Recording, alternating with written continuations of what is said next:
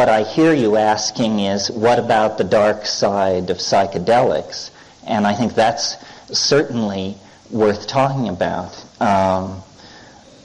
It isn't a joyride necessarily. One thing that is quite wonderful about psychedelics is that, and I'll just speak of the mushroom in this case, is that it's wonderfully kind to beginners. But if you are an acolyte of the priesthood, sooner or later it will scare the socks off you. And in many ways it can do this. In fact, that's what's so scary about it, is it knows the way to scare you, just like it knows everything else about you. And so in my talk I stressed the facility with which one can access these places, and I sort of teased yoga. It is easy to access these places. The question is then, but is it easy to control and manipulate and understand these places? And this is where it can turn you every way but loose. This is where you want to have your mantras polished and your yantras ready, because in that domain it all works. All that malarkey that doesn't ever work anywhere else, in that domain it works.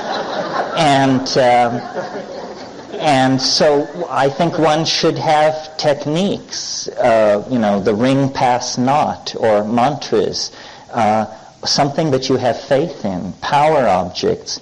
Ultimately, the best advice I've ever come on, and it's pretty sickening advice, but the goal is to survive these things, is Frank Herbert's advice in Dune about fear. And he says, fear comes like a wind. It comes. And the way you meet it is you meet it. And you wait. And it blows, and it blows, and it blows itself out. And then you're alone again. And that's what you have to do. And then in terms of practical instruction, there are ways to navigate through hard spots. Breath control, singing. Singing is wonderful.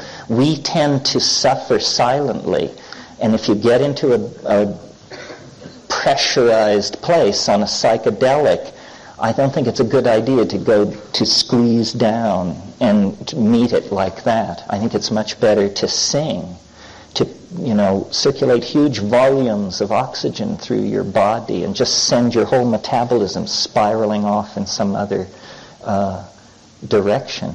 Shamanism was defined by the foremost commentator on it, Merciliade, as the archaic techniques of ecstasy. Notice its techniques. And this is really important. This is not a religion or an ontology or a set of beliefs like Buddhism, Hinduism, Catholicism, you name it. It's a set of techniques. And the techniques deliver the experience. And then out of the experience one creates whatever models of the universe seem appropriate. But this is what science was before science. This is what religion was before religion. And it's deep. It's the deepest thing there is.